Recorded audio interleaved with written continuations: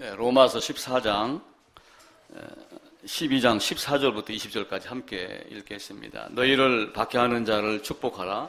축복하고 저주하지 말라. 즐거워하는 자들과 함께 즐거워하고 우는 자들과 함께 울라. 서로 마음을 같이하며 높은 데 마음을 두지 말고 도리어 낮은 데 처하며 스스로 지혜 있는 채 하지 말라. 아무에게도 악을 악으로 갚지 말고 모든 사람 앞에서 선한 일을 도모하라. 할 수 있거든 너희로서는 모든 사람과 더불어 화목하라. 내 사랑하는 자들아, 너희가 친히 원수를 갚지 말고 하나님의 진노하심에 맡기라. 기록되었으되 원수 갚는 것이 내게 있으니 내가 갚으리라고 주께서 말씀하시니라. 네 원수가 줄이거든 먹이고 목마르거든 마시게 하라. 그리함으로 내가 숯불을 그 머리에 쌓아 놓으리라. 악에게 지지 말고 손으로 악을 이기라. 에베소서 4장은 제가 찾아서 읽겠습니다. 찾으실 분은 함께 읽어도 좋고요. 에베소 4장 17절부터 24절까지 제가 읽겠습니다. 그러므로 내가 이것을 말하며 주 안에서 증언하노니 이제부터 너희는 이방인이 그 마음에 허망한 것으로 행함같이 행하지 말라. 그들의 총명이 어두워지고 그들 가운데 있는 무지함과 그들의 마음이 굳어짐으로 말미암아 하나님의 생명에서 떠나 있도다. 그들이 감각 없는 자가 되어 자신을 방탕에 방임하여 모든 더러운 것을 욕심으로 행하되 오직 너희는 그리스도를 그같이 배우지 아니하였느니라. 진리가 예수 안에 있는 것 같이 너희가 참으로 그에게서 듣고 또한 그 안에서 가르침을 받았을진데 너희는 유혹의 욕심을 따라 썩어져가는 구습을 따르는 옛사람을 벗어버리고 오직 너희의 심령이 새롭게 되어 하나님을 따라 의와 진리의 거룩함으로 지으심을 받은 새 사람을 입으라. 로마서 12장하고 에베소 4장 있는 말씀을 읽어봤습니다. 설교 주제를 특별히 어떤 걸 정할까 고민을 하다가 그냥 믿음의 분량대로 성경에서 가르치는 대로 그렇게 정해봤습니다. 이 세상이 낳고 또 그리고 자라고 죽고 그렇게 합니다. 그런 과정을 성경 전도서에서도 말씀을 하지만 옛적에 공자라고 하는 사람이 논어에다가 기록을 하기를 나는 자기 이제 인생을 돌아보는 거예요.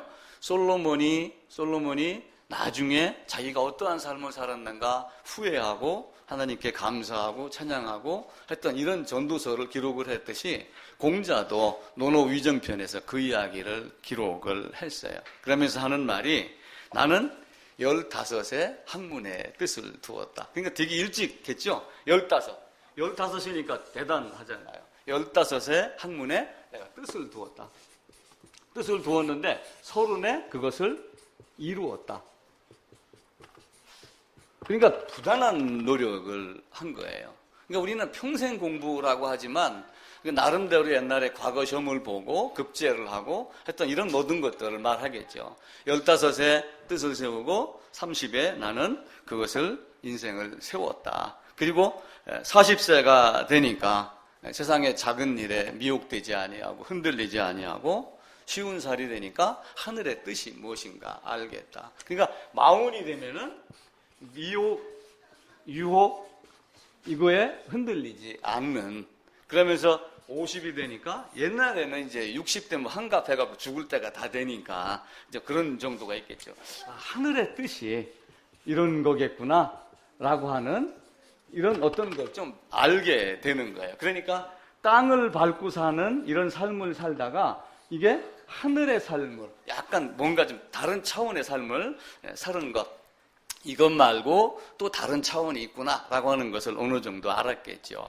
그렇게 하다가 60이 되니까 어떤 말을 들어도 귀가 순하게 정화시켜서 듣더라. 그러니까 누가 무슨 말을 하더라도 그래, 그냥 저놈은 그냥 그런 놈이야. 그냥 이런 어떤 다른 의미로도 받아들일 수 있는 이걸 이제 이순이다 이렇게 말하죠. 그러니까 어떤 말을 들어도 그걸 새겨 듣고 어떤 말을 들어도 걸릴 건 걸러낼 줄 아는 사람. 그러다가 70이 되니까 이걸 종심이라고 말을 하며 내가 어떤 생각을 갖고 어떤 마음을 먹고 어떤 행동을 해도 어긋나지 않더라. 그러니까 쉽게 얘기하면 도인이 된 그런 개념이에요. 그러니까 우리가 태어나서 젖 먹고 무릎으로 기다가 일어서서 열 몇 살쯤 되면은, 우리 어렸을 때 저도 중학교, 초등학교 가기 전에 동네 서당 비슷한 데 가서 뭘 좀 배우고 이렇게 했잖아요. 그러니까 그때 당시만 해도 아이들이 그렇게 컸단 말이에요. 지금도 지리산 청학동에 가면은 어렸을 때부터 딱 해초리 앞에다 놓고 무릎 꿇고 그러면서 천자문 배우고 공부하고 그렇게 하고 그래요. 그렇게 하다가 나는 이런 뜻을 세우겠다, 이루었다. 그러니까 이게 부단한 노력이 되는 거예요. 그냥 쉽게 되는 건 아니고 그걸 이룬 상태에서 살다 보니 굉장히 즐거운 인생이 됐겠죠. 그래서 옛 선인들, 앞에 있던 현자들이 우리에게 가르쳐 주는 것도 배울 수 있는 거는 많이 배우는 게 좋습니다. 나도 이제 살다가 보니까 이제 쭉 내려가기 시작을 하죠. 그런데 나는 이게 무뎌진 것 같아요. 그래서 아무리 해도 뜻도 제대로 이루는 것도 가끔 미혹도 많이 받고 하늘의 뜻? 여기서 왔다 갔다 하는 것 같은데 대충 그냥 인생이 그런가 보다. 이제 겨우 그 모습이 되는 것 같아요. 그러다가 어느 순간에는 그래도 이만하면 잘 살았지 않았느냐? 그런 생각을 하기도 해요. 이제 예전에, 지금도 물론 뭐 작은 일에 화도 잘 내고 막 돌아지기도 잘하고 삐지기도 잘하고 이렇게 하지만 여러분 이제 그 신발 신고 자갈길 비포장도로 간다고 생각을 해보세요.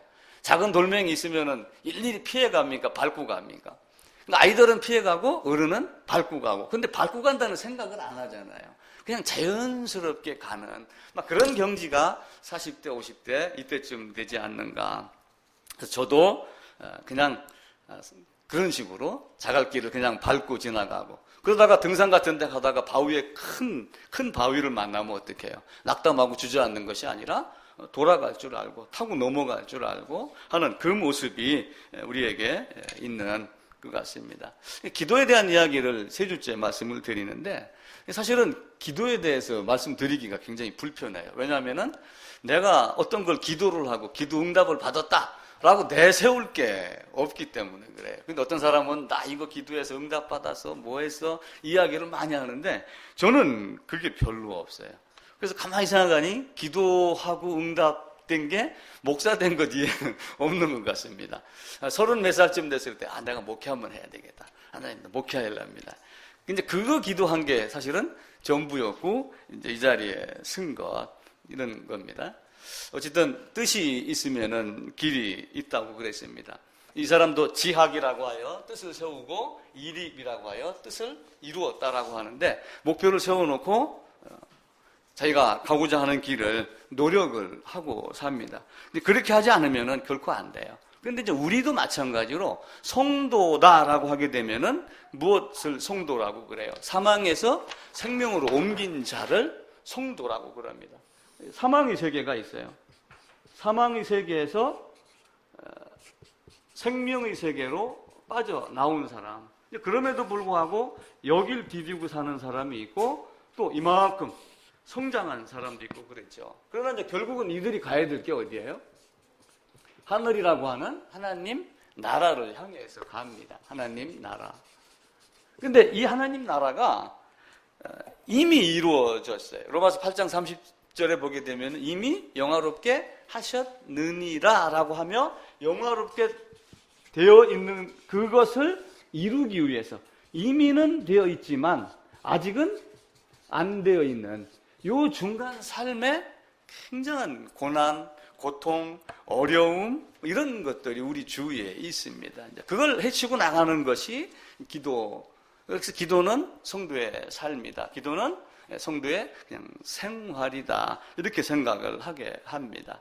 지난 2주간 동안 첫 주는 칭의에 대한 이야기를 드렸어요. 왜 칭의를 말씀을 드렸냐면은 기도는 아무나 한다고 되는 건 아니고 기도할 수 있는 자격이 돼야지 된다.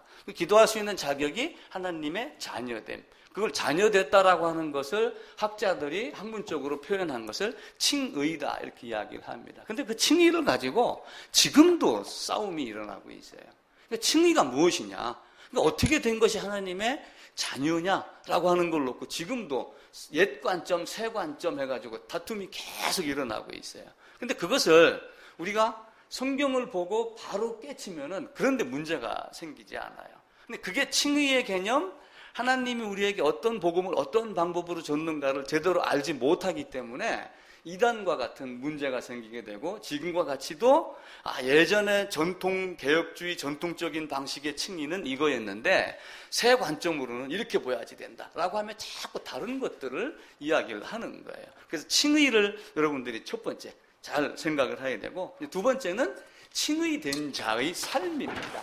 그러니까 칭의가 먼저 이루어졌으면은 이게 이제 하나님의 자녀라고 하는 법적 선언이잖아요. 그럼 하나님의 자녀가 됐으면은 여기에 따른 이 사람의 성품이 필요합니다.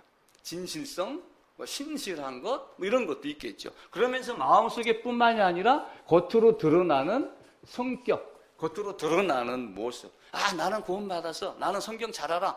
그런데 나는 하나님 나라에 갈 사람이니까 어떻게 살아도 관계없어. 이렇게 해놓고 다른 짓을 한다 하면 안 되겠죠. 그래서 속과 겉이 항상 같은 모습, 두 가지의 모습을 다 가지고 있어야지 돼요. 하나님은 우리 안고 일어섬을 압니다. 귀를 지으신 자이기 때문에 모든 걸 다 듣고 있어요. 우리가 마음속으로 이야기하는 것도 다 듣고 있습니다.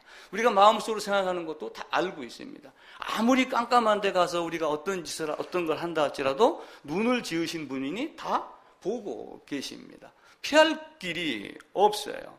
그래서 제가 생각을 하다가, 그럼 하나님 앞에서 피할 곳이 어디냐? 하나님 앞에서 피할 곳이 어디예요? 하나님 앞에 피할 곳이 없어요. 도망갈 곳이 없어. 숨을 곳이 없어요. 그게 어딘가? 제가 고민을 하다가 생각한 게, 하나님 앞에서 피할 곳은 하나님밖에 없다. 하나님 앞에서 피할 곳은 하나님 안으로 들어가는 것밖에는 없다. 그러니까 구약에서는 뭘 얘기를 해줘요? 구약에서는 도피성을 만들어줘요. 도피성. 그리고 신약에 가서는 예수 안이라고 하는 걸 가르쳐 줍니다. 그러니까 도피성 안으로 들어가라. 하나님이 너 내 안에 들어와라. 너 가죽 옷 안으로 들어와. 야곱 너 에서 안으로 들어가. 라고 이야기를 하며 예수 그리스도와의 연합을 말합니다. 그러니까 우리가 어딜 가든지 내가 피할 수 있는 방법은 예수 안. 하나님 앞에서 피할 수 있는 곳은 하나님 안.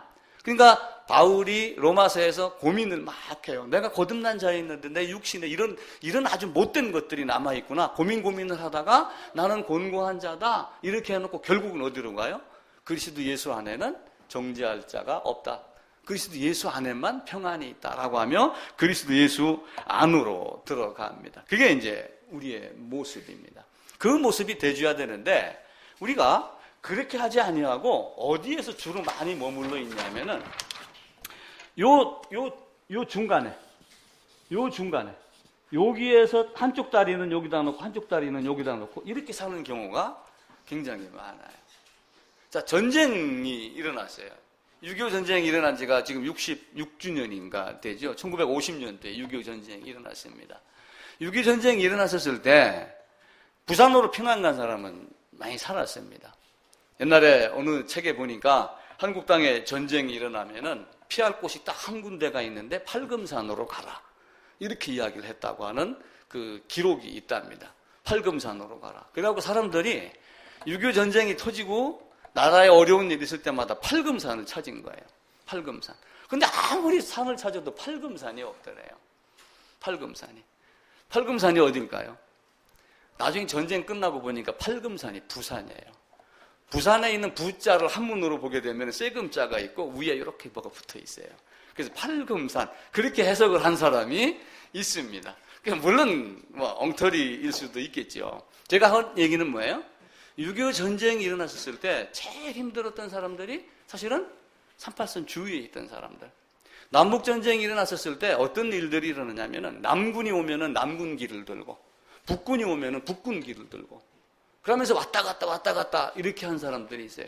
그런 와중에 살아남은 사람이 있지만 그것 때문에 죽임을 당한 사람들이 의외로 많습니다. 그러니까 어떤 경계선이 있는데 이 경계선에서 네가 얼마만큼 발을 깊숙한 데 담글 거냐 담그지 않을 거냐에 따라서 다릅니다. 그러니까 우리가 썬데이 크리스찬 그러잖아요. 썬데이 크리스찬. 주일날 나왔다 가고 나면 한 주간 아무것도 생각하지 않아요. 이 경계선 안에 있는데 썬데이 크리스찬이 여기에 있는 사람인지 여기에 있는 사람인지 겉으로 봐서는 우리가 모르는 거예요. 그러니까 하나님은 네가 어느 곳에 있는가? 어느 곳에 있는가? 그걸 잘 살펴봐야지 돼요. 요즘에 그 춘천에 하고 뭐 이래 텔레비 한번 나오더라고요. 소양강 처녀 뭐 노랫말 때문에 뭐 고수가 왔다 갔다 하고 그 비목이라고 하는 노래 때문에 이제 노래 가사를 쓰냐 쓰지 말으냐를 놓고 막 고소를 한다고 그런답니다. 그 비목 작곡인가 작사자가 이 노래를 써도 좋다 이렇게 했는데 그 후손들은 아니다 사용료 내라 이렇게 했다고 그러죠. 그러니까 그 비목이 뭐예요? 비목이 비석할 때 그 비자거든요. 죽은 사람 앞에다가 이 사람은 누구야, 누구 묘야라고 가르치는 게 비인데 그걸 돌로 했느냐, 나무로 했느냐 그 차이예요. 그러니까 비목이 뭐 이상한 나무가 아니라 이 사람 누구의 묘다라고 하는 가르치는 나무입니다. 6.25 때 사람이 죽었어요. 죽었는데 뭐 묘해갖고 잔디 입힐 시간 있나요? 그렇지 않아요. 포탄이 떨어졌으면 포탄 떨어진 데다가 포탄이 떨어졌으면 여기다 그냥 사람 갖다 넣고 흙으로 대충 덮고 나뭇가쟁이 하나 갖다가 이렇게 놔놓고 여기다가 뭐 해놓은 거예요? 철모 씌워놓은 거예요. 이게 비목이에요. 그러니까 그 한모라고 하는 분이 그 서울대학교 음악과를 국악관가를 다니다가 군대를 가가지고 음악을 했으니까 정운장교를 했습니다. 근데 정운장교를 했는데 정운장교를 하다가 보니까 이 친구가 좀 답답했던 모양이에요. 실전 자기는 군인답게 한번 군인 생활을 하겠다 해가지고 수색중대에 지원을 한 거예요. 수색중대 지원을 해갖고 전방 지역을 다니다가 보니까 전쟁이 일어나고 11년 후인가 그때쯤 되는 해입니다. 가보니 땅을 조금 파면 시체가 나오죠. 철모 구멍 뚫린 거, 군번줄 그런 게 그냥 있죠. 그게 어디에 걸려 있어요? 비목이라고 하는데 걸려 있는 거예요. 그래서 그 비목이라는 가사가 나와가지고 있는 거예요. 그러니까 이 사람의 죽음이 어떤 죽음이었을까? 우리의 죽음은 어떤 죽음이었을까? 삼손과 같이 양다리 걸치다가 죽는 그런 죽음일까? 아니면은 다윗과 또 아니면은 다른 사람과 같이 솔로몬과 같이 열심히 살다가 후회하고 죽는 죽음일까? 아니면은 비록 가나안 땅을 바라보고 들어가지 못했지만은 모세와 같이 당당하게 당돌하게 소리를 지르며 살았던 그 모습인가? 우리가 그것을 살펴봐야지 됩니다. 그래서 그 경계선 위에 바로 서 있지 못하면은 이중적인 생활이 될 수가 있습니다. 기도는 제가 오늘 설교 주제를 성경이 가르치는 대로 그렇게 했는데 사실은 성경 전체에서 이 땅에 있는 성도가 어떻게 살아야지 된다를 가르쳐 주고 있어요. 오늘 특별히 다윗을 가지고 이야기를 한번 해보려고 그럽니다. 다윗은 하나님께 원망도 많이 했어요. 하나님께 불평도 많이 했겠죠. 그러면서 하나님께 회개도 많이 했고 하나님께 살려달라 기도도 많이 했습니다. 왜 그러냐면 사울이라고 하는 사람이 있었기 때문에 그래요. 근데 결국은 사울이 등장한 것이 다윗을 괴롭히기 위함이 아니고 다윗이 왕위에 나가서 올바른 왕권을 수행할 수 있도록 훈련시켜주고 연단시켜주는 방앗간과 같이 껍데기를 까고 믹서가 갈아내는 그런 용광로와 같은 그런 일들을 한 겁니다. 그러면서 우리가 읽었던 오늘 본문은 손으로 악을 이기라. 네가 옳은 행동을 하는 것이 상대방의 머리에 숯불을 올려놓는 것과 마찬가지다. 그리스도인의 생활이 굉장히 어려워요. 왜 그러냐면은 이게 예수장이라고 하는 말 때문에 쉽게 얘기하면 화도 잘 못 내는 경우도 있겠죠. 그죠? 저 양반이 목사라고 하면서 아니 내가 집에 가서 막 화를 내는데 하루는 당신이 목사요? 하고 집사람이 나한테 그렇게 했다고 해보세요. 그러면 제가 화 내겠어요? 못 내죠. 이중적 이런 어떤 어려움들이 많이 있는 거예요. 그래서 그리스도인들이 때로는 선한 척 흉내를 냅니다. 사람들에게 인정받으려고 하는 이런 것들도 있습니다. 가식적인 모습들도 갖고 있어요. 그러면서 섬김이나 어떤 이런 순종이나 용서나 이런 단어에 매여가지고 비굴하게 굴종되는 그런 모습까지 가는 경우가 굉장히 많습니다. 그러면서 주님께 나중에 상급을 받는 걸로 이렇게 여기는 경우도 굉장히 많이 있죠. 그러면서 한편으로는 주님 빨리 해결해 주세요. 주님이 무슨 청부업자는 아니잖아요. 그죠? 근데 주님께 뭘 기도를 하면서 이거 해달라. 이렇게 이야기를 하는 거예요. 그런데 성경이 우리에게 말하는 건 뭐예요? 성경이 우리에게 주고 예수님이 이 땅에 오셔가지고 한 것. 성경이 예수가 이 땅에 와서 지구 땅에 와갖고 한 일이 뭔가를 드러내는 거예요. 그럼 땅에 와서 한 일이 뭐예요? 생명을 주기 위한 거예요. 다른 것 아무것도 없습니다. 이게 성경 전체를 이야기를 하는 거예요. 그러면서 이걸 알아가는 자, 이걸 안 자가 살아가는 과정이 약간씩 나와 있는 거거든요. 그런데 하나님 앞에서 우리가 기도한다고 하면서 뭐 해주세요? 뭐 좋은 성적 나오게, 시험 공부 안 하고 좋은 성적 나오게 기도한다고 해서 기도가 응답이 됩니까? 결코 안 되죠. 그러니까 하나님이 우리에게 해주고자 하는 것은 뭐냐면은 성경을 통해서 내가 어떤 존재, 내가 세상을 만들었고 이 세상을 다스리고 나중에 심판주야. 그런데 너희가 어떤 존재였는가를 알게 하는 거예요. 아담으로 말미암아 이 땅의 모든 사람이 죄가 됐습니다. 그러니까 죄를 놓고 칭의의 문제에 있어서 죄의 전가냐 아니냐를 놓고 많이 싸우는 거예요. 자, 아담이 여기 딱 이렇게 아담이 만들어졌어요. 근데 아담이 두 종류의 아담이 있어요. 그러니까 범죄하기 이전의 아담이 있고 범죄하고 난 아담이 있어요. 범죄하기 이전의 아담은 의로운 자였을까요? 아직 의가 없는 존재였어요. 의를 주려고 예비시켜 놓은 존재인데 아담이 그걸 거부하고 누구를 따라간 거예요? 사탄을 따라가 선악과를 먹었기 때문에 이 아담이 죄인이 된 거예요. 그런데 이것으로 말미암아 세상에 나와서 사람들이 태어나기 시작을 했잖아요. 근데 이제 사람들은 두 가지로 생각을 하는 거예요. 야, 아담이 범죄하기 이전의 모습과 동일한 모습으로 사람이 태어났다. 그러니까 여기는 죄가 없다. 죄가 없으니까 아담은 실패했지만 여기 있는 인간은 실패하지 않을 수 있다. 이 생각을 하는 거예요. 그러니까 죄라고 하는 개념으로 자꾸 엮이는 거예요. 그러니까 우리가 지난주 얘기했듯이 예수 안에서 첫사람 아담 안에 이미 연합되어 있던 나의 모습을 보면은 이런 이야기가 나올 수 없어요. 근데 이게 예수님 이후에 펠라기우스라고 하는 사람이 등장을 해서 온 세상을 흐트러 버린 거예요. 그러니까 지금 또 다른 사람이 나와가지고 그것 아니고 다른 관점으로 보야 돼 라고 하면 또 다른 관점을 얘기를 했는데 그 사람이 얘기하는 새 관점이 뭐냐면은 참여합니다. 참여합니다라고 하는 말로 또 학문적으로 이렇게 표현을 합니다. 그게 사실은 무슨 말이냐면은 예수 그리스도 안에 들어가서 연합과 연합의 개념을 이야기를 하는 거예요. 그러니까 지금도 이 땅의 신학자들 가운데서도 아직까지도 칭의의 개념, 이것 하나를 놓고 지금 계속 학자들 간에 다툼이 있는 건데 우리는 그 칭의에 대한 것을 올바로 알면은 그리스도인의 생활에 어려움이 줄어들지 않겠느냐. 그런 생각이 들어갑니다. 다윗은 예수 그리스도의 족보입니다. 로마서 1장에 보게 되면 육신의 혈통으로는 다윗에게서 났다라고 하며 예수 그리스도가 다윗의 후손으로 육신으로는 그렇게 태어납니다. 그러니까 다윗이 있고 그렇게 하다가 나중에 예수가 태어나는데 이 중간에 누가 있어요?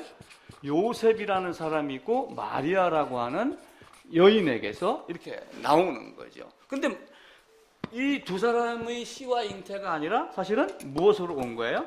다윗은 예수 그리스도는 성령으로 잉태돼서 온 겁니다. 근데 이 다윗이 하나님 나라의 왕권, 하나님 나라의 영원함, 예수 그리스도의 상징 모든 걸 갖고 있는 분인데도 불구하고 이 땅에 사는 동안 굉장히 많은 어려움을 겪었습니다. 첫 번째는 뭐예요? 대표적으로 나오는 게 사울에게 고생을 많이 했어요. 자, 골리앗이 등장을 해갖고 싸우는데 전부 전쟁터에 나갔어요. 형제가 여럿이 있는데 위에 형 한두 명이 전쟁터에 나가니까 아버지 이세가 무슨 얘기를 하냐면 야, 전쟁터에다가 음식 좀 배달해줘라. 그냥 주먹밥을 갖다 주라고 한 거겠죠. 지금과 같이 군대가 보급이 잘 돼서 군대 나가면은 상병 월급이 20만 원이고 이런 정도가 아니라 먹고 사는 것도 본인들이 해결해야 될 정도의 어려움이 있는 거예요. 그러니까 다윗이 사울을 피해서 군대를 끌고 도망을 다니다가 누구를 만났냐면은 그 아비가일이라 하는 여인을 만나잖아요. 그러니까 아비가일이라 하는 여인을 만나기 전에 그 아비가일과 그 남편이 이끌고 있는 짐승을 보호해주며 보호한 대가로 음식을 먹으며 살았던 그런 시절이었단 말이에요. 그러니까 골리앗과의 전쟁에 나갔을 때 다윗이 음식을 갖고 형을 찾아갔는데 보니까 골리앗을 바라보며 전부 벌벌 떨고 있는 거예요. 사울 왕도 지금 그렇게 하고 있는 거예요. 그런데 이제 거기다가 누가 나갔어요. 다윗이 내가 가겠습니다. 이렇게 했죠. 그러니까 성경은 사울왕 다윗 이렇게 이야기를 합니다. 그런데 사람들은 사울은 이만한 이따만한 존재로 사울을 그려놓고 만화책에는 다윗을 요만한 꼬맹이로 그려놔요. 그래놓고 사울이 자기의 군복을 벗어갖고 다윗에게 입히니까 질질 끌리더라. 이렇게 표현을 하는 거예요. 그럼 이 정도로 큰 옷을 안 맞는 걸 알면서 사울왕이 좋겠어요?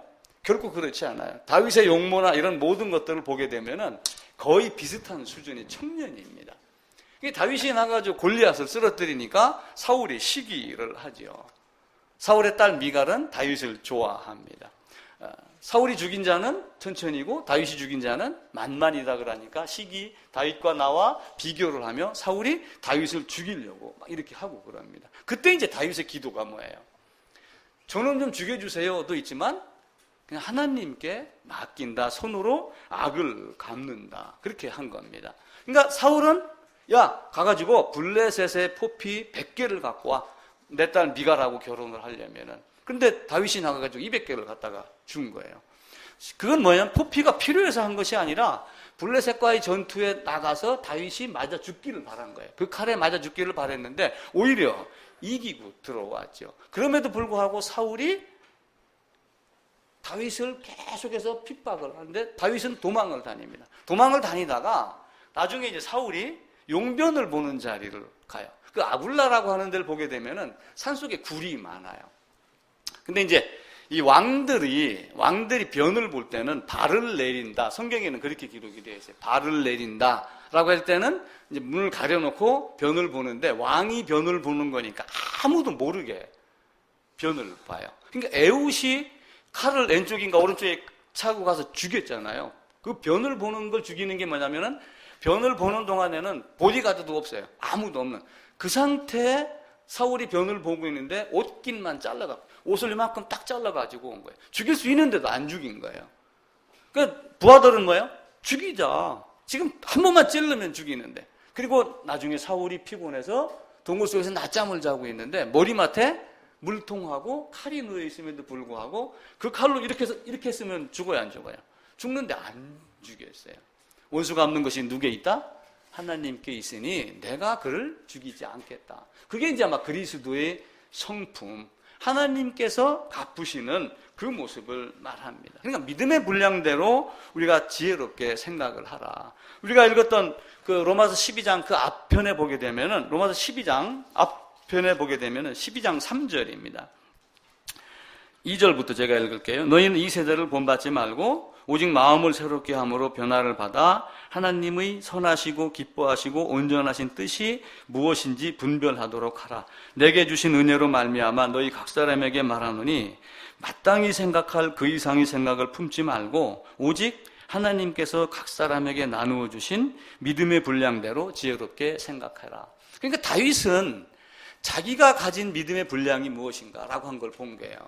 나를 저렇게 괴롭혔던 놈, 저걸 죽이면은 당장에 어떻게 돼요? 자기가 왕으로 올라가겠죠. 그런데 하나님의 때가 됐어야 안 됐어요? 하나님의 때가 아직 안 된 거예요.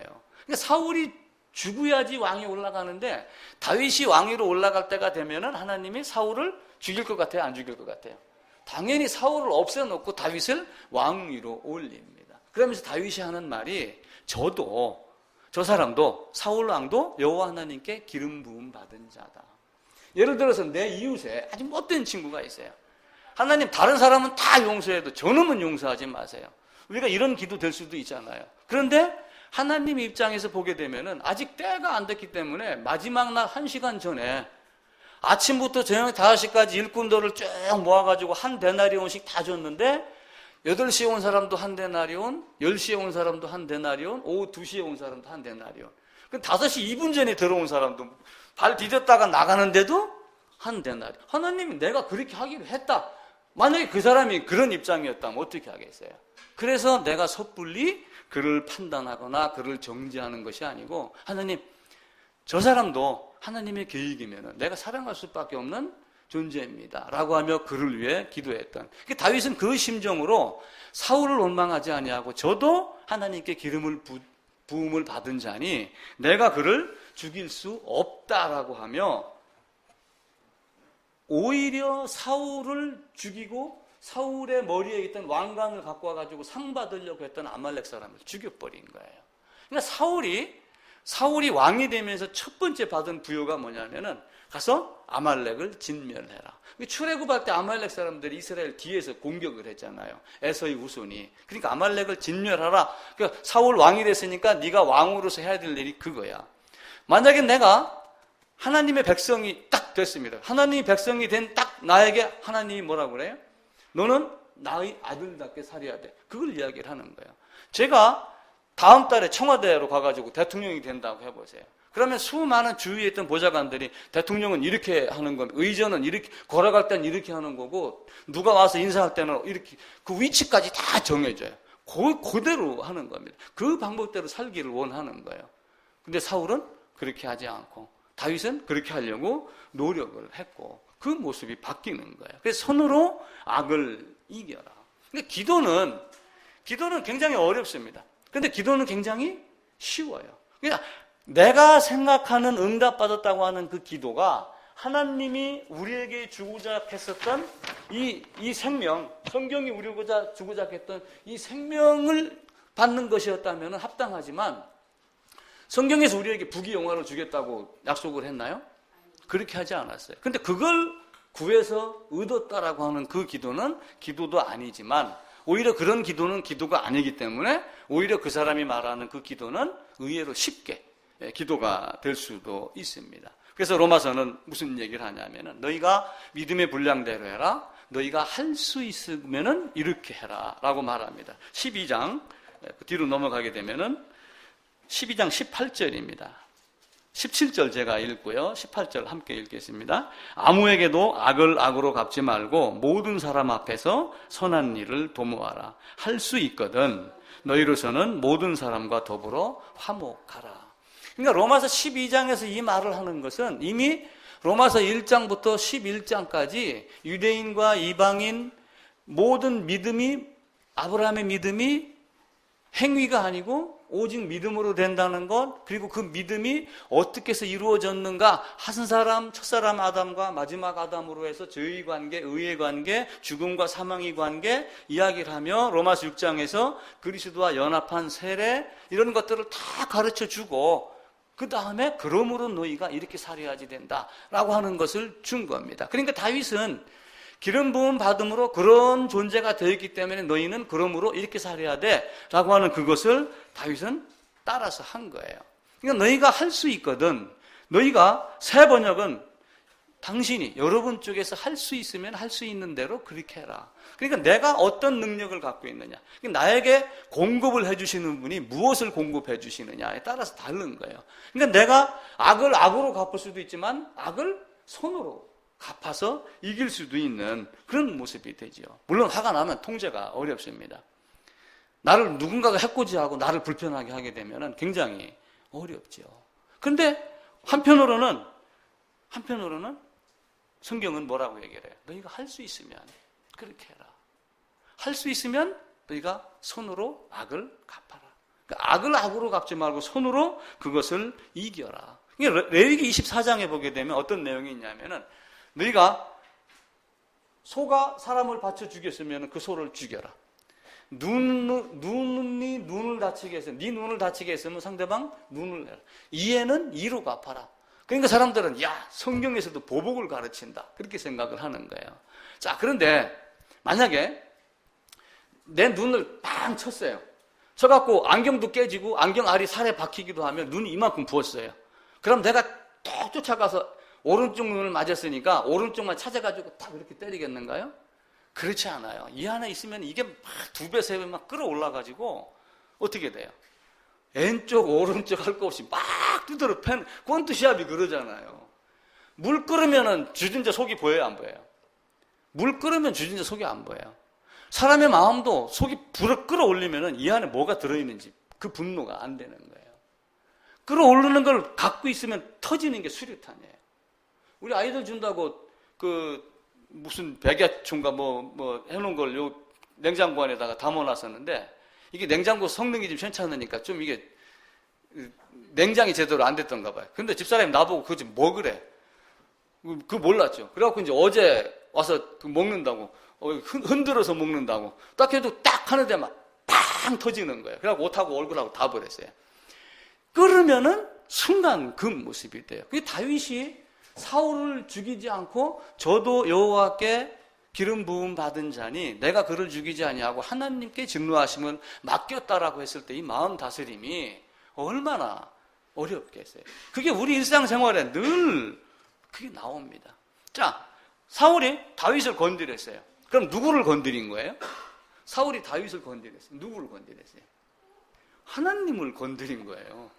그게 성경에는 그렇게 말씀을 합니다. 시편 17편 찾아보겠습니다. 시편 17편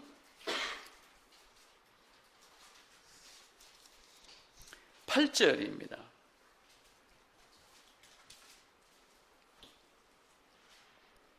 시편 17편 8절 함께 읽겠습니다. 나를 눈동자같이 지키시고 주의 날개 그늘 아래에 감추사.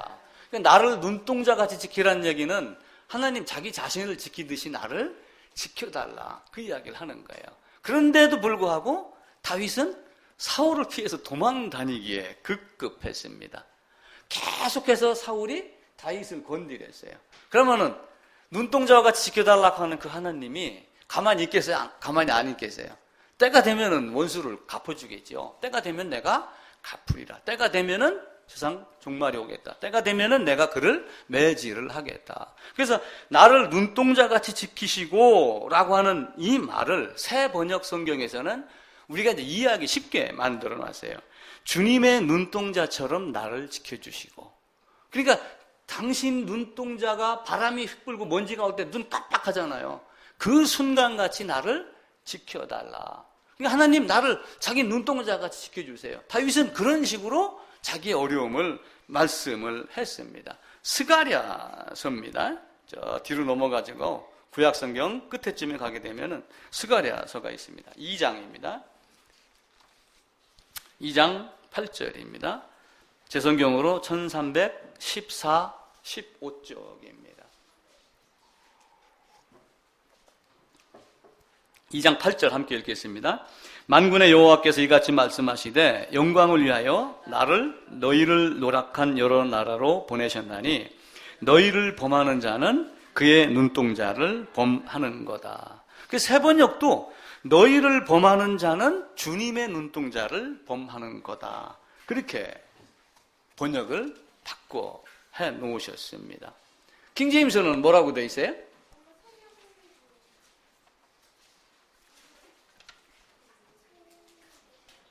스가랴서 2장 8절입니다.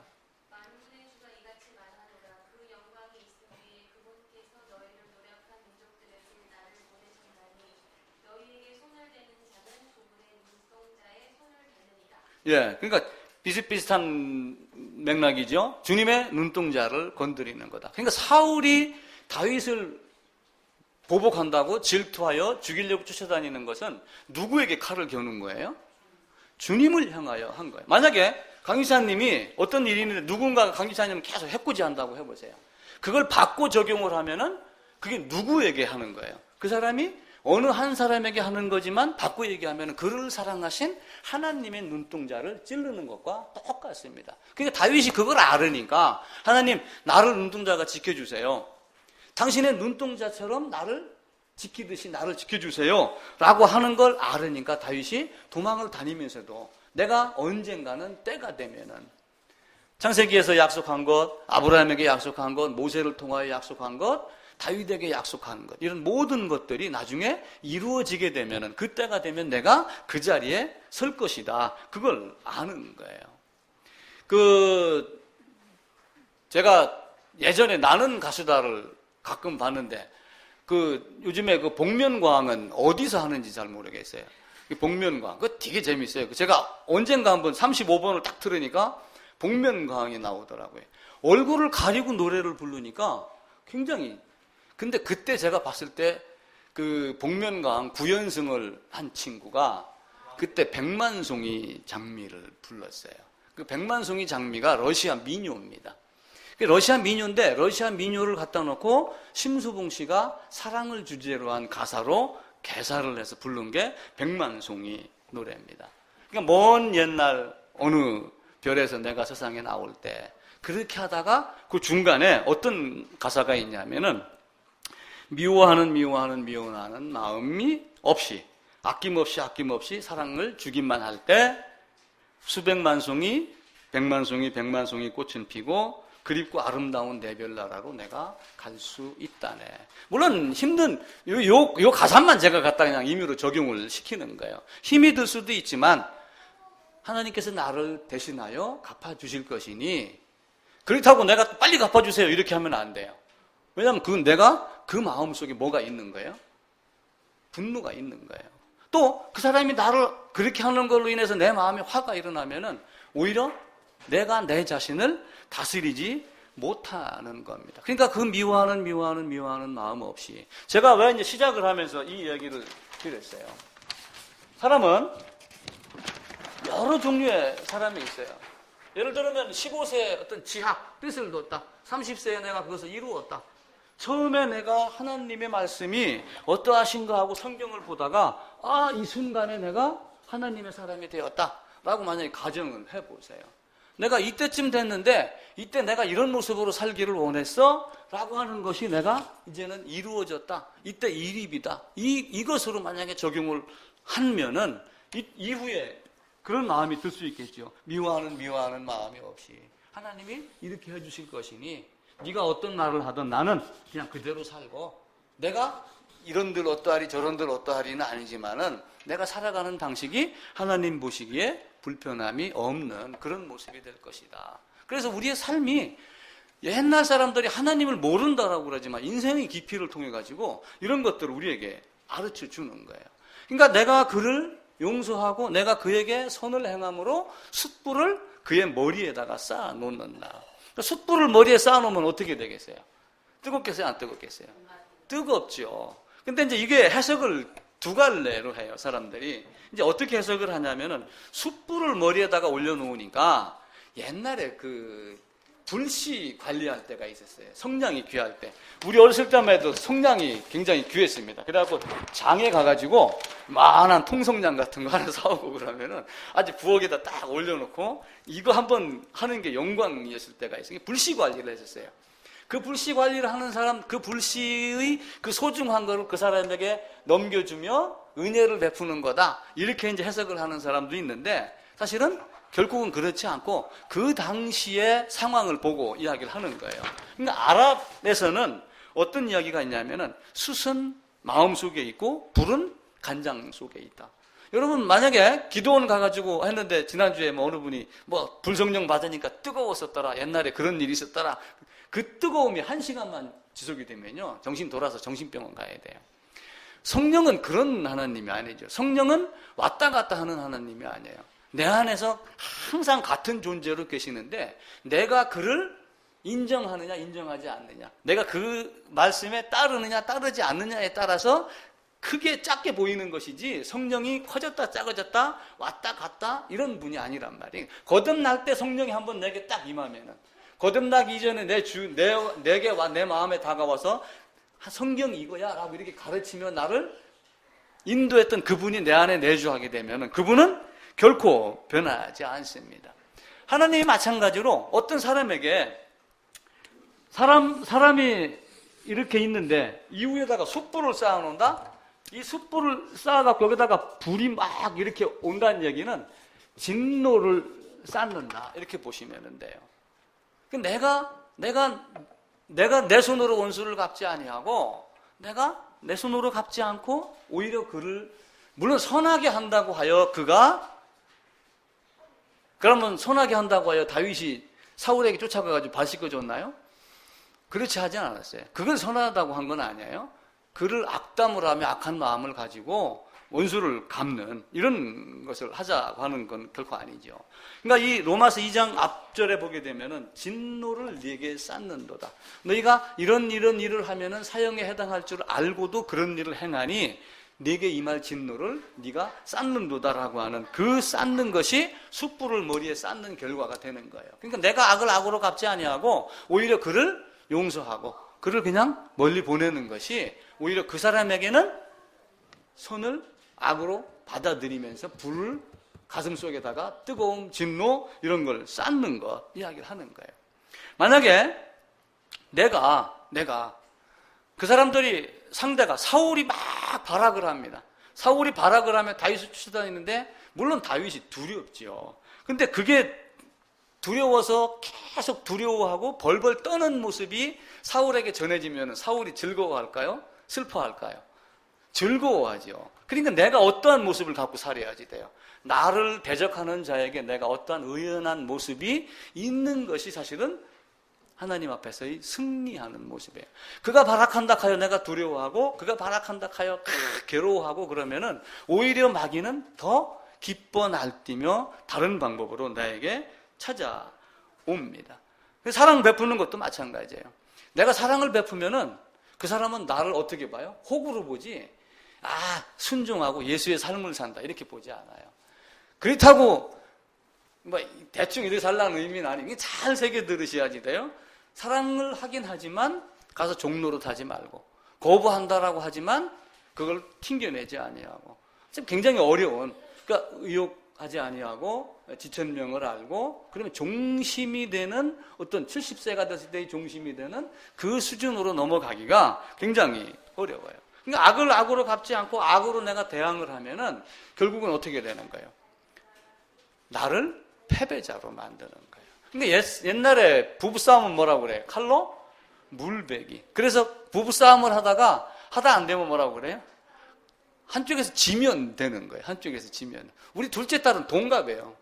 그래가지고 연애할 때부터 야자하고 연애를 하다가 가끔 싸울 때도 야자하고 그러는가 봐요. 그래서 어느 한쪽이 지면은 되는데 만약에 둘이 안 지면 어떻게 돼요? 둘이 안 지면은 피 터지게 싸우는 거예요.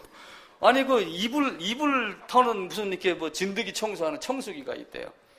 그래서 야 그 청소기 뭐 얘기하다가 그거 고장 났어. 지 엄마가 됐더니 야 싸우다 던졌냐? 그게 우리의 생각이란 말이에요. 근데 그렇게 하게 되면 둘 다 파탄이 나는 거고 한쪽에서 지면은 한쪽에서 저절로 어떻게 돼요? 기운이 빠져서 넘어가요. 홍수환이가 아무리 컨트롤 잘해도 상대가 맞받아 치니까 홍수환이가 힘이 나는 거지 상대가 가만히 있어 보세요. 허수아비라 해보세요. 샌드백 12회전, 15회전 치겠어요?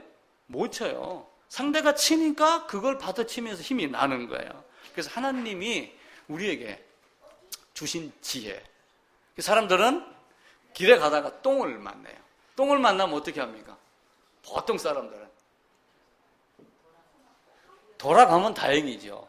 실제 똥을 만나면은 돌아갑니다. 근데 생활 속에서 똥을 만나면 어떻게 해요? 똥을 주물럭거리고 있어요. 그러면 실제 그래 한다니까요? 똥을 주물럭거리면서 이 똥 더러운 거, 이 똥 더러운 거. 그러면 서로 상대 욕하고 상대하고 싸우고 내 탓이 아니고 네 탓하고 하는 그게 결국은 뭐예요? 똥을 만나면은 삽으로 푹 떠서 던져버려야 돼요. 안 되면 내가 그냥 멀리 가든지. 근데 실제 가정에서의 부부, 직장 내에서의 상사와 부하, 어떤 단체 이런 거 해보게 되면은 서로 똥을 만지며 이렇게 하고 있는 거예요. 똥은 먹을 수 있는 거예요? 못 먹는 거예요? 똥은 왜 못 먹어요? 똥을 왜 못 먹어요? 쌀이 아니라 똥을 못 먹어요. 쌀이 아니라. 그래서 제가 똥이라고 설교 원고에 적어놓고 한문으로 분자를 찾아가지고 가로안에다가 집어넣어서 가만히 보니까 이렇게 되어 있더라고요. 이거 저도 발견한 거예요. 쌀미자가 이렇게인가 되죠, 그죠?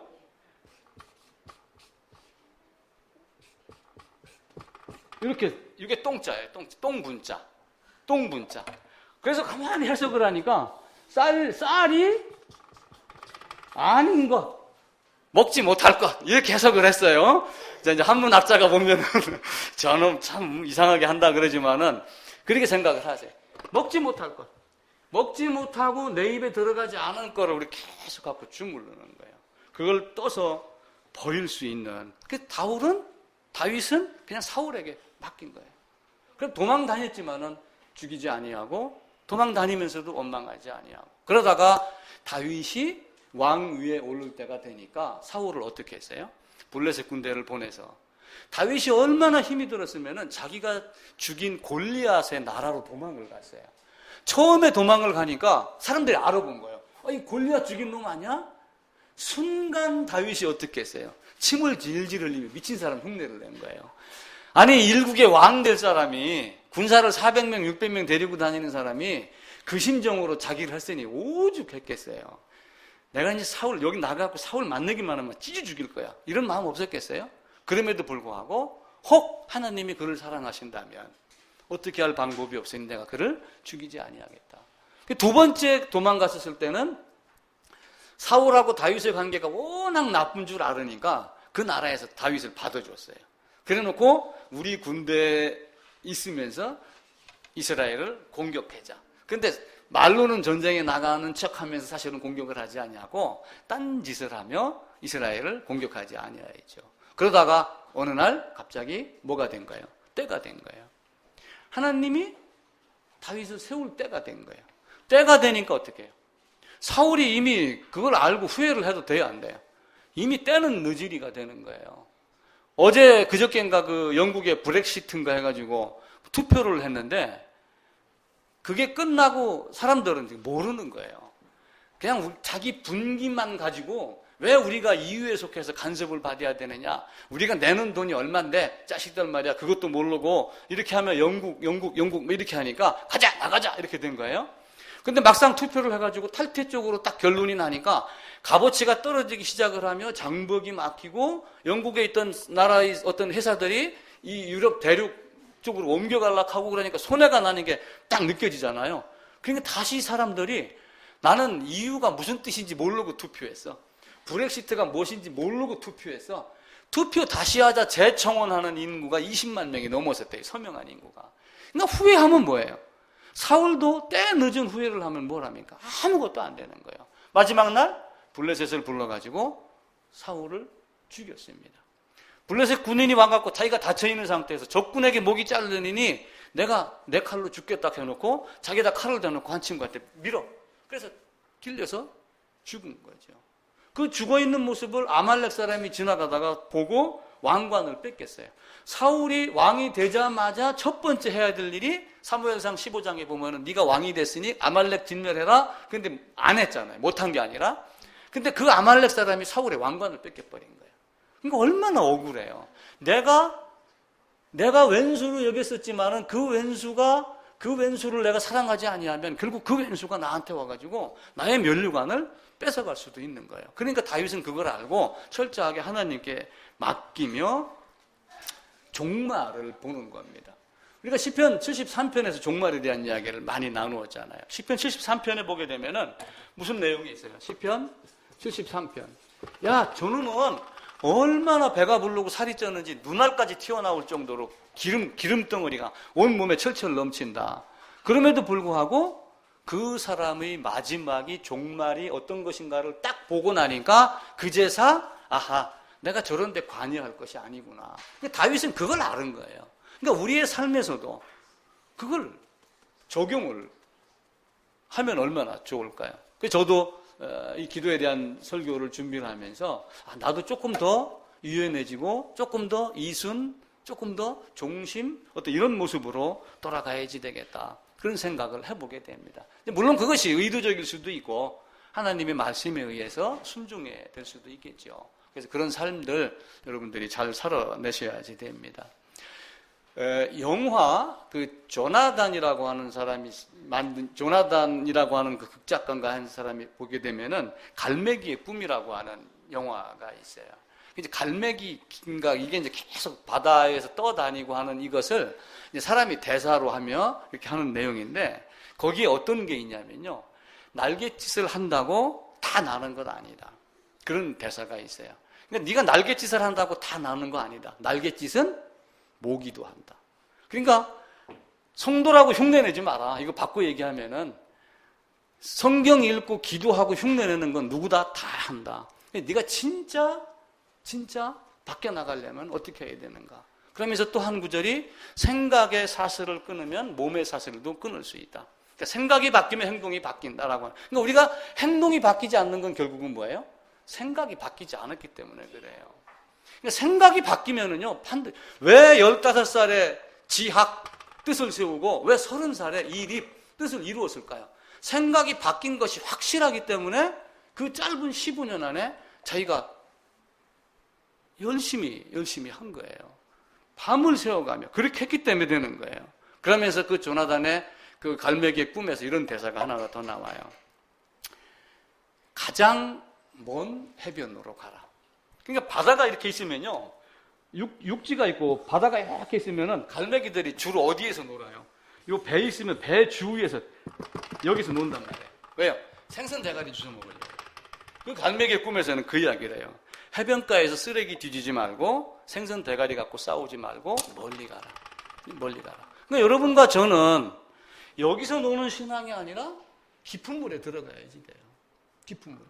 그러니까 겉으로 보기에는 다 똑같아요. 바닷물. 수평이잖아요. 근데 이 땅은 어떻습니까? 해구도 있고, 그죠? 해구 몇천 킬로짜리가 있어요. 그게 20 몇 개인가 돼요. 이 지구상에. 그러니까 욥기서에 보면은 바닷물을 곡간에, 그러니까 얼음을 곡간에 채우고 하는 그게 무슨 얘기냐면 해구에다가 물을 채워놓고 뭐 이런 이야기를 욥기서에서는 말을 하는 거예요. 그러니까 겉으로 보기에는 다 비슷한 사람 같은데 어떤 사람은 깊은 사람이 있고 어떤 사람은 얕은 사람이 있고 어떤 사람은 물가에서 생선 대가리만 갖고 싸우는 사람이 있고 어떤 사람은 깊은 데 가서 싱싱한 거 잡아먹는 사람이 있고 북극의 여우가 눈이 이렇게 쌓이니까요. 제가 언제 동영상 한번 보여드릴게요. 그거 먹이를 구하려고 어떻게 하냐면요. 여우가 여기서 있다가 점프를 탁 해요. 그래가지고 이게 짐승, 이게 머리예요. 머리를 갖다 여기다 들어박아요. 수직으로 자기 몸을 세워가지고 살기 위해서 그렇게 발버둥을 하는 거예요. 우리도 그 모습이 돼야지 돼요. 무하마드 알리가 얼마 전에 죽었습니다. 그 나비같이 날아서 벌같이 쏘겠다. 그 말 때문에 유명한 사람이 됐죠. 근데 그 사람이 한 말이 무슨 얘기가 하나가 더 있냐면은 나이 50에 20살 때와 같은 생각을 한다면 30년을 허비하는 것이다. 그죠? 저와 여러분은 성경을 몇 년 봤어요? 하나님이라고 하는 이름을 몇 년을 불렀어요? 10년 전? 20년 전? 30년 전? 그때나 지금이나 똑같다면 나머지 시간은 헛살은 거다. 그러니까 세상 사람들이 사는 이런 것도 어록이 굉장히 많아요. 솔개는 나이가 수명이 얼마예요? 솔개? 비디오 보신 분은 아실 거예요. 솔개의 수명 70년. 70년인데 40년쯤 되면은 요 부리가 어떻게 돼요? 부리가 다 닳아갖고 없어지는 거예요. 맨날 주워 먹었으니까 이빨 빠지잖아요. 노인애들 보면 이 빠지고 없잖아요. 깃털 이렇게 있습니다. 그럼 발톱이 어떻게 해야 돼요? 날카로워야 되는데 발톱이 다 빠져요. 할머니도 발톱 봐보세요. 쭈글쭈글하고 없잖아요. 그래가지고 이 솔개가 마흔쯤 됐을 때 어디로 가냐면 깊은 산에 가가지고 큰 바위 위에 올라가서 앉는데요. 그래가지고 제일 첫 번째 이 부리를 바위다가 막 쪼아요. 쪼으면 나중에 이게 빠지잖아요. 우리 이제 그 어린아이들 이갈이 하듯이 이걸 뽑아내면은 새 이가 나는 거예요. 상처가 나면은 새 살이 돋아나죠. 그런 식으로 나중에는 부리가 멋지게 다시 나와요. 그럼 요 부리를 갖고 발톱을 막 쪼아내요. 그럼 새 발톱이 나와요. 그리고 요 부리를 갖고 여기에 칙칙했던 깃털을 다 뽑아가지고 가벼운 깃털로. 그러고 나중에 어떻게 해요? 하늘을 착 날며 병아리를 잡아먹고 토끼를 잡아먹고 나머지 30년을 어떻게 해요? 이 30년을 더 멋지게 사는 거예요. 그러니까 우리의 기도가 우리의 생활이 굉장히 즐거울 수 있어요. 조금만 마음가짐만 바꾸고 생각의 발상의 전환, 패러다임만 전환을 하면은 성도로서의 삶이 아주 유연하게 바닷물같이 겉모습은 평평한 것 같고 가끔 파도도 치지만 저 깊숙한 곳에 있는 그 내면의 세계 다윗과 같이 하나님이 준 그 깊은 마음 때가 되면 나를 높이리니 그걸 아는 거예요. 그래 되면 어떤 모습이에요? 그래서 듣지 않는 기도, 듣는 기도 우리가 지난주에 한번 말씀드렸잖아요. 헛된 것은 결코 듣지 않는다. 마음에 죄악을 품고 있으면 듣지 않는다. 우리 이런 말씀을 많이 해요. 그러니까 나는 기도가 듣지 않았어, 응답이 없어, 그러면 결국은 헛된 거 기도했네, 마음속에 죄악을 갖고 기도했네, 그 말을 하는 것이 아니고 하나님이 하나님께 기도해야 될 내용이 무엇이었던 건가 라고 하는 것을 생각해 보자는 거예요. 그래서 하나님이 의인의 기도를 듣는다. 근데 의인은 반드시 인내, 연단, 그러면서 성숙 단계, 성실의 단계라고 하는 성품을 소유한 자로 바꿔 나가는 겁니다. 그래서 하나님 우리에게 준 것, 이런 모든 것들. 안 이루어지는 것도 바울은 어떻게 해석을 했어요? 바울이 아주 그냥 키가 얼마쯤 되겠어요? 바울의 키 180? 바울이 꼽추래요. 대머리. 아주 보기 싫은 그런. 만약에 가말리엘 문화에서 바울이 수제자며 성경을 꿰뚫고 있는 사람이에요. 거기다가 훤칠한 키에 아주 그냥 저 장동건 같은 어떤 이런 모습에 힘도 세고, 바울이 만약에 그랬으면은 복음 전하는 일보다 삼손과 같이 죽었을 거예요, 아마. 혹시 삼손과 같이 넘어질 가능성도 의외로 많았어요. 근데 바울이 그렇지 아니하고 그런 모습이었습니다. 안질이 걸려갖고 의사 누가가 계속 따라다녔어요. 그래서 바울이 기도를 해요. 하나님, 나 좀 큰일 좀 해야 됩니다. 나를 좀 더 내 병을 좀 낫게 해주세요. 3번이나 간구했는데 하나님께서 하시는 말씀이 뭐예요? 내 은혜가 네게 족하도다. 바울은 그걸로 만족을 하며 하나님이 내 기도를 들어주지 않은 이유가 나로 자고하지 않게 하기 위함이다. 나로 자만하지 않게 하기 위함이다. 내가 그런 존재밖에 안 된다라고 하는 거예요. 하나님 안에서는 귀하지만 세상에서는 작은 존재일 수도 있어요. 그죠? 우리가 성경을 이야기하지만 다른 사람들이 보면은 에이, 별것 아닌 존재네, 이렇게 여길 수도 있단 말이에요. 그래서 그런 모습들. 인생은 시냇물처럼, 그런 이야기 있잖아요. 인생은 시냇물처럼. 가다가 마른 땅 만나면 어떻게 해야 돼요? 가다가 마른 땅 만나면은 뺏겨야 돼요, 줘야 돼요. 뺏긴다고 생각을 하면 이게 밤에 잠을 못 자는 거고, 마른 땅을 지나고 가면 자동적으로 내게서 없어지지만 적셔주고 간다 생각하면 속이 편한 거고, 가다가 폐인군 만나면은 반드시 채워줘야지 넘어가지, 안 채워주고 넘어갈 수 있어요, 없어요? 없잖아요. 가다가 큰 바위 만나요. 그럼 어떻게 해요? 돌아가잖아요. 산악 그 계곡 같은 데 가서 한번 봐보세요. 그러다가 누군가가 물을 쓰려고 막아놨어요, 요만큼. 그럼 어떻게 해요? 찰 때까지 기다려야지 돼요. 그럼 차면 어떻게 돼요? 힘이 생기잖아요. 그때 되면은 차고 넘쳐서 더 큰 일을 할 수가 있는 것이 우리의 인생입니다. 그래서 기도의 생활, 기도는 각자의 몫이에요. 제가 어떻게 기도해야지 됩니다. 저도 그거는 늘 못해요. 단지 다윗을 통해서, 다윗이 어려움이 있음에도 불구하고 어떤 그런 모습으로 살았더라. 손으로 악을 갚고, 하나님이 우리에게 어떤 사랑 베풀어 주시기를 원하는가, 그걸 찾고 내가 어떤 존재인가를 보는 거예요. 내가 하나님 안에서 어떤 존재인가. 하나님 안에서 어떤 존재예요? 귀한 존재입니까? 아니면 뭐 별 볼 일 없는 존재입니까? 예? 보석이에요, 보석. 근데 요 보석이 어디에 가 있냐면은, 이 보석이 만약에 시궁창에 가 있다고 그래 보세요. 그럼 어떻게 해야 돼요? 꺼내야죠. 꺼내서 씻어야지 됩니다. 그럼 광을 내는 거예요. 이게 우리가 해야 될 일이에요. 그러니까 하나님이 이 땅에 보석을 지금 뿌려놨는데 그 보석이 누군지 모르기 때문에 건드는 거예요. 그리고 그 보석은 거기에 반응을 한다. 그 이야기를 합니다. 하나님이 우리에게 준 것. 그 신달자라고 하는 사람이 있어요. 그 시인이라고 그래요. 신달자. 아주 유명하다고 합니다. 신달자라고 하는 분이 어떤 시를 썼냐 하면은 등잔이라고 하는 시가 있습니다. 등잔. 인터넷 가서 한번 찾아보세요. 인사동 상가에서 등잔을 하나 사가지고 방 구석에 쫙 다락 같은 데다가 오랫동안 놔놓고 잊어버리고 있었어요. 그게 한 10여 년이 넘었습니다. 어느 날 눈이 마주쳐가지고 그걸 가만히 들여다보고 닦고, 그러니까 어떻게 돼요? 먼지 묻었던 하얀 그 도자기 같은 걸로 그 등잔이 되어 있잖아요. 그걸 싹 닦으니까 깨끗하죠? 갑자기 거기다 어떤 생각이 들었어요? 불을 붙이고 싶은 생각이 드는 거예요. 불을 딱 붙인 거예요. 불을 붙이니까 불이 어떻게 돼요? 밝혀주고. 그 등잔이 누구일까? 그 등잔이 자기였더라.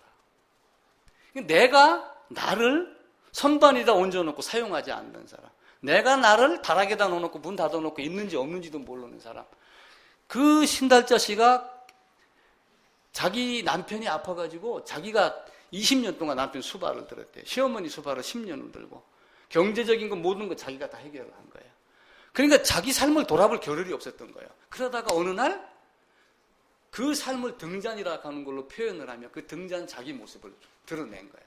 아, 가만히 있었는데 그걸 꺼내서 닦고 불을 붙여보니 나도 쓸만한 존재다.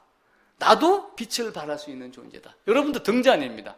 근데 등잔을 어디다 구석에다 놔놓고 그냥 먼지 앉게 할 것인가, 닦아가지고 기름 한 방울 채우고 그 시커먼 심지에다가 불을 붙이니 그 등잔이 어떤 모습으로 바뀌어요?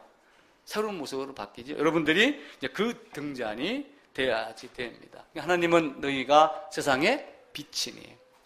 그러니까 다윗은 빛된 생활을 한 거예요. 빛된 생활을 하며 어디에 가 있든지 하나님이 때가 되면 나를 높이시리. 이제 기도의 생활이 나름 그렇게 어렵지만은 저와 여러분들이 이제 그런 면에서는 다 이겨내고 손으로 악을 갚고, 그리고 내가 하나님의 사람으로서 어떤 삶을 살아야 될 건가, 칭의가 된 자가 어떤 성품을 갖고 어떤 모습으로 살아갈까, 그리고 때가 되면 하나님이 나를 높일 것이니 그때까지 바닷물이 수면이지만 내 안에 있는 어떤 그 깊이를 갖고 있는 게 내가 해야 될 일이다 라고 하는 것 꼭 기억을 하여서 너희 착한 행실을 보고 하나님께 영광을 돌리게 하라 라고 하는 그 말씀이 마음속에 모두 있기를. 그리고 등잔 꺼내서, 오늘 저녁에 가서 등잔 꺼내는 겁니다. 등잔 꺼내고 한번 싹 닦아보세요. 자기 마음도, 그죠? 생각도 싹 닦아가지고 기름 한 종지 딱 갖다 붓고 딱 갖다 놓는 거예요. 초가 있어요, 초가. 초는 언제부터 초라고 그랬어요? 불 붙일 때부터 초입니다. 불 붙이기 전에는 초가 아니에요. 초는 초대 초가 아닙니다. 불을 붙여서 자기를 태워서 밝히고 했을 때 그때부터 초의 본연의 임무가 되는 거예요. 성도의 생활도 그거하고 똑같아요. 그러니까 다윗은 도망 다니면서도 자기 초된 모습, 자기의 등잔의 역할, 빛된 역할, 이걸 다 한 거예요. 그냥 종말을 바라봤기 때문에 그래요. 그래서 저와 여러분이 종말을 바라보고 하나님 안에서 즐겁게 사는 모습 되시기를 부탁을 드리겠습니다. 기도하겠습니다.